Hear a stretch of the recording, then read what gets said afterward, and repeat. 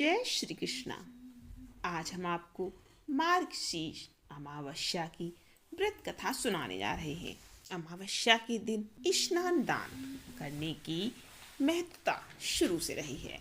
सभी लोग अमावस्या के दिन सुबह सुबह स्नान करते हैं और जो भी दान करना होता है वह दान करते हैं।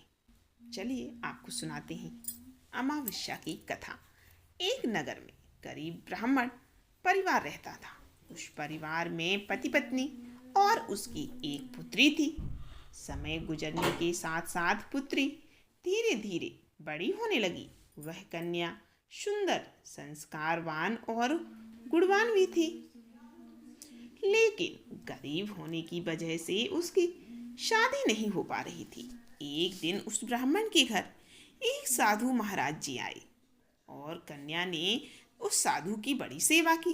साधु उस कन्या के सेवा भाव से इतने प्रसन्न हुए कि उस कन्या को उन्होंने लंबी आयु का वरदान दे दिया, लेकिन साथ में ये भी कहा कि इस कन्या के हाथ में विवाह की रेखा ही नहीं है।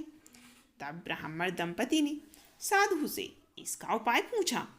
साधु महाराज कुछ देर सोचते रहे और कुछ देर सोचने के बाद उन्होंने अपनी अंतर्दृष्टि से ध्यान करके बताया कि यहाँ से कुछ ही दूरी पर एक गांव में सोना नाम की धोबिन अपने बेटे और बहू के साथ रहती है, जो संस्कार संपन्न तथा पतिपरायण है।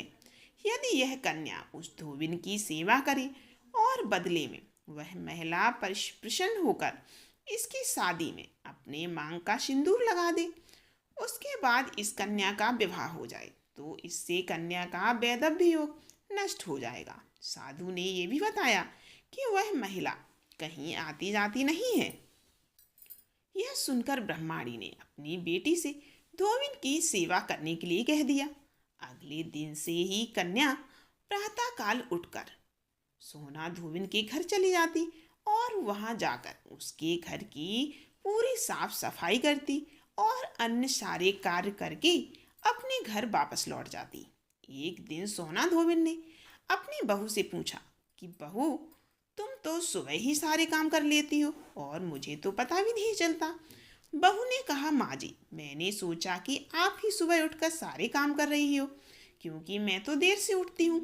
यह सब जानकर दोनों सास बहू अपने घर की निगरानी करने लगी कि आखिर ऐसा कौन है जो सुबह सुबह आकर सारा काम करके चला जाता है।